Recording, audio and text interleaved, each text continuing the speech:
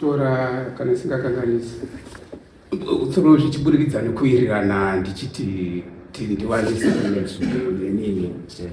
Saka sheki zvandakaita pamba pangu ini ndakatora mudzimai newana ndikaenda nawo kubasa, saka atori vari kuMarondera. Saka pamba pangu pakasara pasina munhu, saka zvapakasara pasina munhu ndakazopasi ndapasirwa zvakaita kuti ndizotsvage munhu anogara panzvimbo. Ndatsvaga munhu anogara panzvimbo, ndakangobvunzawo maraini sezvo ndingoya ngenguva pfupi ndichidzoka nguva pfupi ndidzoka. Ndapana wakanditi hapane mukomana aripo, mukomana uyu angokomana zera rakanaka zvokuti kana panzvimbo anogona kudichengeta. Ndipo ndakashandisa Sherifton auya akataurira Sherifton, ndine nzvimbo ndine pamba pangu apa 1 hapana huku, 2 hapana mombe, 3 hapana kana mbudzi, 4 kana imbwa chacha hapana imbwa. Saka chibvumirano chichida kuti ndipinde newe ndechekuti toda kuti pamba pangu pange pachingozikanwa kuti parikugara munhu. Kana zvazikanwa kudaro kuti parikugara munhu, then iwewe une mukana wekuti unomuka kana kuvhura kupinda basa mutii, uchingomuka makuseni uchienda zvako koshanda mutii. 2 kana uchida panapa ndine minda yekurima, unogona kurima zvako chikafu. 3 ndine michero iri panzvimbo. Saka zvese izvo unenge uchigona, unenge wakugara semwana wangu mazvona svikira Sherifton tawira kudaro kwacho ikoko. Takagara shuo tagarisa zvakanaka. Ndakazosvika papoint yekuti Sherifton akanga akupedza chivo chekuti nokuti achitanga ndakampa mari yakananga isiri kumabhondi kana kuti chii, haichazivi kuti yanga iri chii. Ndaimupa mari iyo, ndaimupa iyo, ndaionawo ere. Ndakabvamuudza kuti ndichakubhadhara zvichienderana nemagondere ndinoita, asi pana pane muchero uye hakusi kuti ndine basa rinokuti unomukira uchiti urumukira pabasa rangu, unomuka uchiroita zvako majutis ako. Asi panapa ndikuda kuti unouya uchibika kwamboto wangu kana mukicheni mangu kana mabhedroom mangu zvese midziyo unoshandisa zvangu, asi zvadarozvo unomuka zvako chienda kozviitira zvaunozviitira kunze uku. Asi akazoti ndipota chiomerwa dzimwe dzenyu, ndipo ndakatanga kumupawo as allowance. Ndakaishandisa iri allowance kwete muholo. Zvadaro izvozvo Sherifton akagarisa shuwa abvumira, tabvumirana izvi aita Sherifton.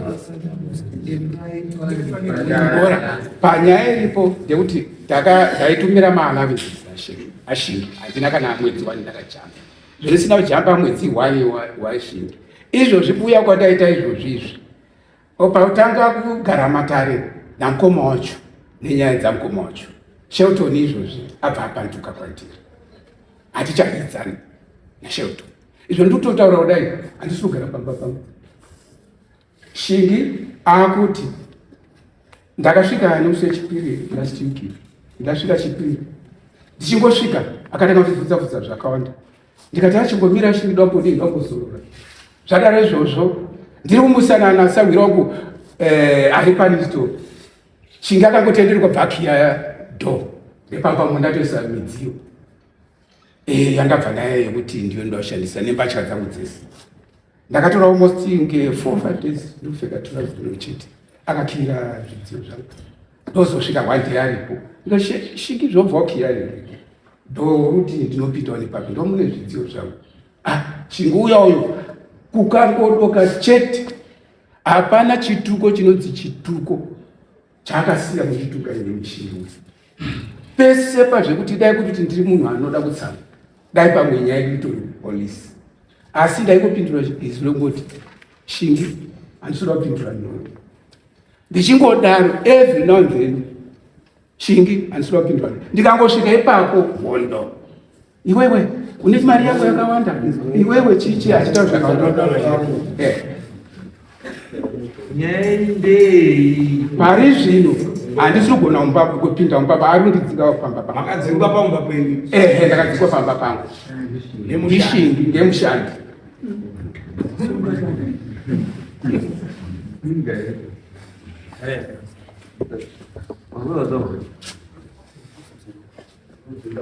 Ndamira pamberi pedare ramamundasa zvese ndizvo chokwadi ndikanyeba chabatwa nemhosva Mwari ndibatsire wangu ndiri kumbira kupupura pamagara ndoita nemurume uyu ayo ina ndotodzinga munhu zita ndonzi Shelton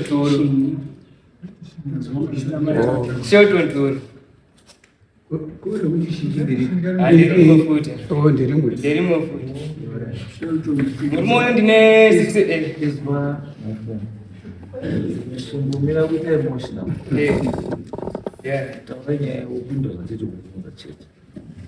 ndosanga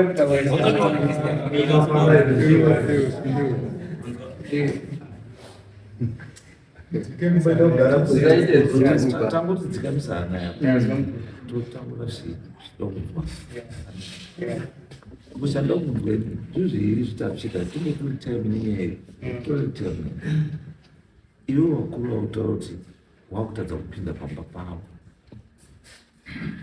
nenyaya yekuti wakukiya musha wavo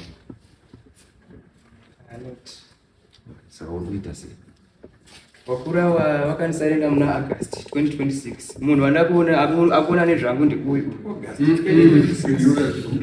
kwamba pa wana wadzinge 2025 bora pera 2025 bora pera ndopapa wachindisairendera wari kusarenda kuti chingi chisenza nemukomana uyu ndakuita zvekumarondera kubasa uyu ndopapa achindipa project yake yakandipa awachibva tochiona zvekudii zvekuita chigara panapa inini ndakuonana uyu ndaenda kutopiwa naye mari uyu awa wakapedzisira ndipa mari muna August ngoma anonzi Kemish kana kuti John yabutsi enanda wezi urutaura kuti here muridzi wemusha ndiyakati unosoonana nauyu asi iye muridzi wemusha ndiye unovarira muridzi wemusha wovhurira rojari musha yemunhu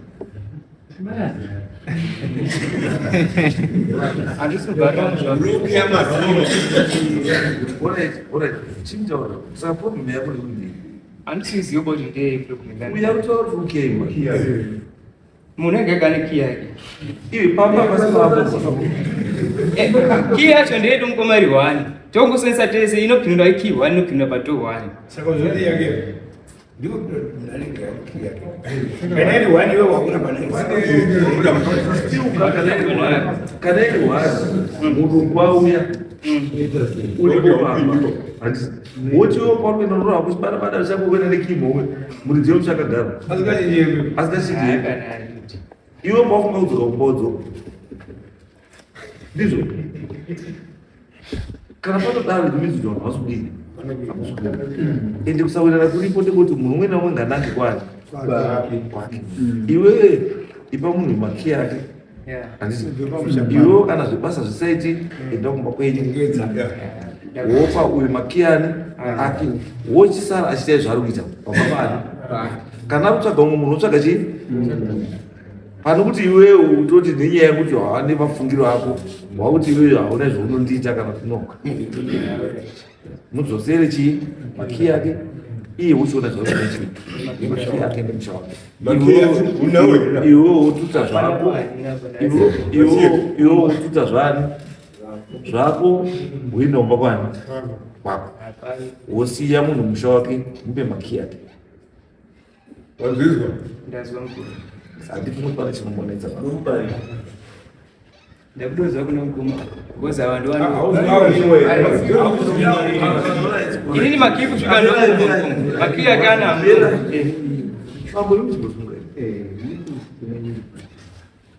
why will you never have respect history vitaura zvese akutera pa zvamumira sei amsole shamamira ndoitwa John Kemish Nyabutsi ndoitwa John Kemish Nyabutsi ndiri mukorore wa Sanyabutsi Nyabutsi saka sei aunotirira mukorore udaita baba nditori nedambudziko mbera ndatoita rekutoti kana nhasi uyu mukomana uyu kana ndikataura naye pafoni handichagoni kutotaura naye ba akutondiovharidhawo kana ininiwo pachangu. Ndakatomubvunza wandikati wewe sei uchidaro baba wangu, wakuita sekunge inini ndikupa influence yekuti pandukira baba wangu, of which awa ndiwo baba wangu, ndiwa ndine respect yese kwavari, of which zvese zvandiri kuita kumba uko ndine project yemabhanana. Baba wangu awa ndiwo wakandipa duty rekuti ndineiita zvandakaita ndiri kuita inini, of which it was a credit kwandiri inini kuti baba wangu aigara chingoguma shamwari kumba uko mufunge nezvako, kumba uri kufunge nezvako. Ndosaka ndakapedzisira kuti ndasvika paextend kuti ndakasvika kuita project yandakuita yemabhanana kumba uko, of which takaita handover takeover yakanaka kubva kuna baba wangu ndichitanga kushanda nemukomana uyu. Asi pandakatanga kushanda naye zvakanaka, but now zvese zvachinja. Zvachinja kabosi pamushaipo pamuna warutoti ile ndiyawo ndosaka muri kuendera uchibva kwachikuya urikuya sure. Saka kwawakazvitarisa warutoti pamuri ndipapo ende chokwadi chaicho sure. Akatoenda dambudziko handina kana chandakataura naye mukomana ndakangotaiwa nyaya zvayakudai yanapedza nguva sabuku ndiye Waripo. Wari munhu.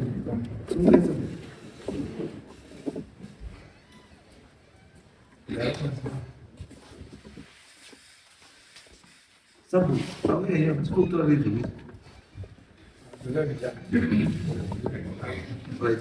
muitobva panapa sabu chive maenda kune nemukomana avakwai makero mwamata wakura makero wananga kwakananga. If you owe him anything, chive mamukazvinzvati kamine mari yake watema mupei, kana pasina nakuchiva kana pasina apadi kana zviripo Ndingataurisa izvozvi haana kubhadhara mari yedare, watofosa kutoti nditombhadharire kuti saka mari iyoyo ndiri kuigumbira kuti dai kuti tikava nenzira yekuti andibhadharire. hazina kana problem. Tinini pay yake mama kamupa Pay yakandikuwa nemukomana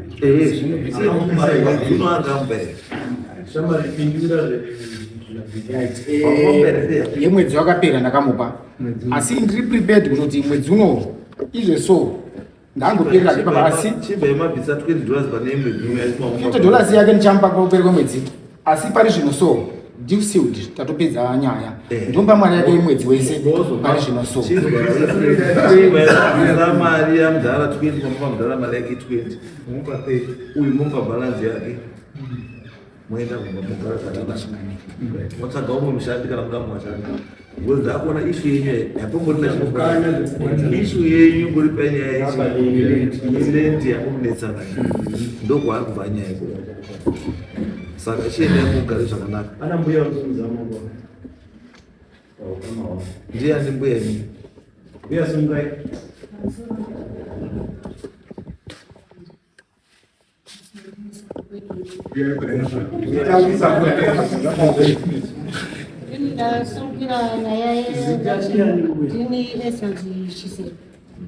Ndinatete ane vana anozvikura. Sorry, relationship yenyu matichi. Esnati chisero. Muri yo panyabudzeri. Muri yo panyabudzeri. Aiwa ndiwe kwachimwe ndakamira vazukuru kwachimwe. Muri mbuya. Ndiri mbuya. Kwachimwe. Kwachimwe. Tuda wana chimungu ina nyabudzi. Hapana roho. Thank you. Tete wakangasi.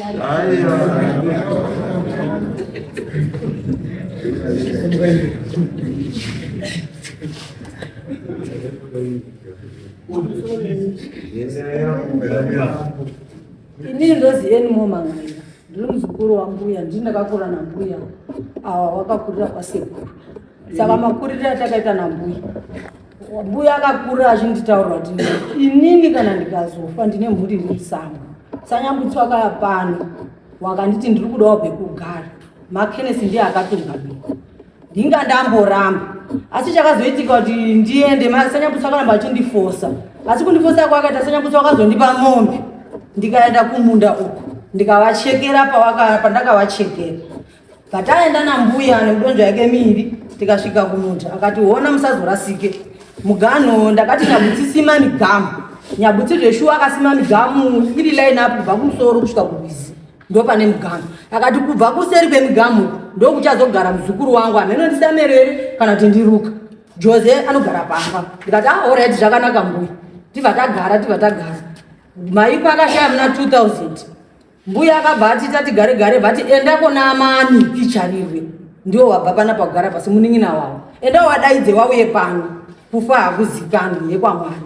Wana wangu ndo andichema ndakabara mukomana umwe akabara vakomana wake 3.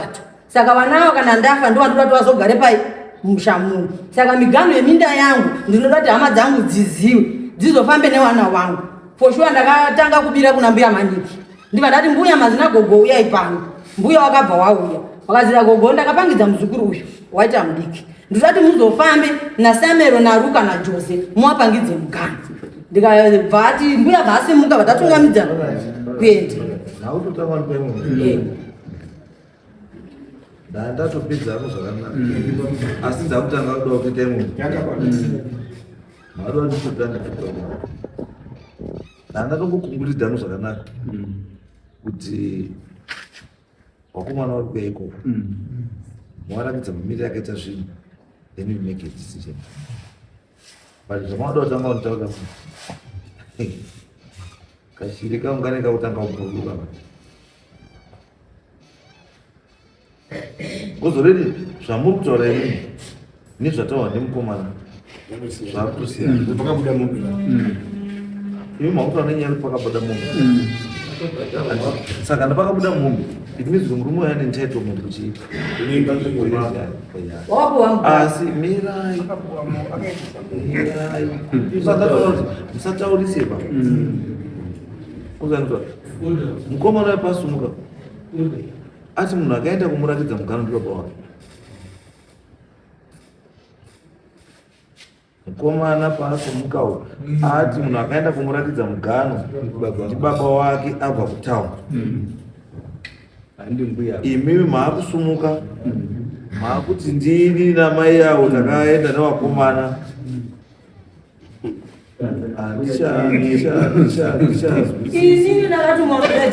saka uri kunyepa ndiani pakati penyu nevakomana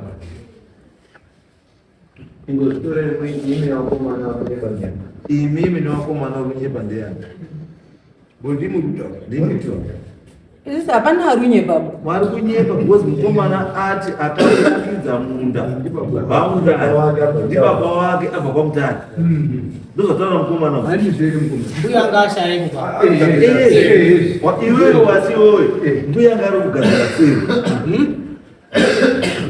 Guys, irani mutaure chinhu wani mutaure muno muchiita zvoda kundinyepera ina handina kundinyepera and I don't want people who craft to my stories tusina basa.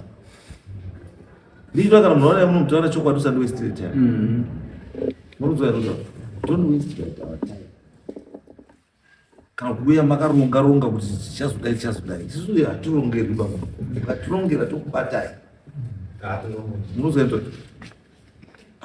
izvozvo ndo zvandisikaizvo because I was thinking kuti mai imimi dai mama akateerera dare atachichese munhu munodai mangoti mukomana wapo apedza kutaura vanhu vatipedza kutaura tati chiendai kuground vakomana vake kuground handiti mazonotaura zvonoda kutaura kupi kuground handiti makanyanya but mavhuma kuti titori muno mumasho handiti mavhama totanga kutochinjinura kutoratidza kuti imimi wacho nevakomana vavo zvamunoziva zvakatosiyana because mira shamani iwewe watiwo baba wako mbuya afa baba wako iwewe achibva pamutare ndiye akauya akanokurakidza mugano ukatombokwikwidzana nababa wako iwewe uchiti baba sei makandisa kupi kure musina kuire makusina kutiswa pazvudze makaita vamwe baba chii pamusha mukuru ndowataura izvi zvaunotaura nemunhu bai ndowataura but mutete wako ari kuti ndidagara nambuya ndikataurwa masikireti ese ari kuti ndakakurakidzai munda ndee gogo wakaratidza isusu nagogo apo wachiti munozoona wana imimi wamazondorakidza hani isusu vakaratidzwa nasekuru handiti isusu kwanzikana handidi kuti vana vangu vazonetsewe vanya dzemukati inini ayo muzukuru ndiri muzukuru ndakatogara ndakatokurira muchemo izwa shamwari ndati uyu azviintrodusa pakati ndini muzukuru ndini ndaigara nambuya uruzwa hatina kuzvidisputa izvo hatina kuzvidisputa izvo hanzi mbuya wakati hauzivi zvinoitika chii mangwana ndine wazukuru wangu wari musango ndakabereka mwanakomana 1 iye akaberekawo vana vakomana 3 ndiri kuda kuti vana vakomana 3 ndivo vachazogara pano ndawodaidze munin'ina wangu mai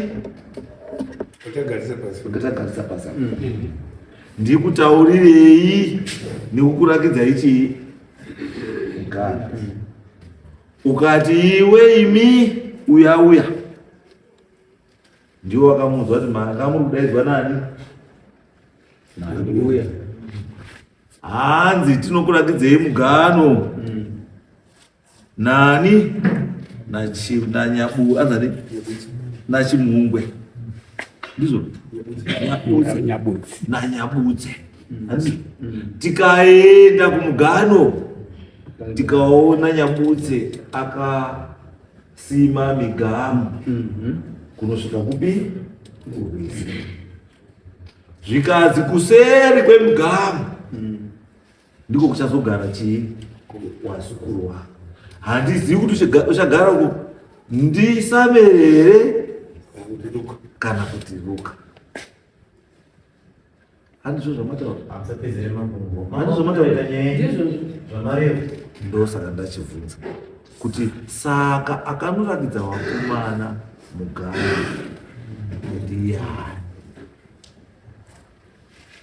vakomana vakaratidzwa mugano nababa vavo asi inini takanzi tizomirire mundau chizwa iko imini mbuya garai pasi ndimi kana mabvuma kuti mukomana yakaratidzwa mugano nababa wake it means kuti imimi ndimi makuda kundinyepera chigarai pasi hamuzivi chii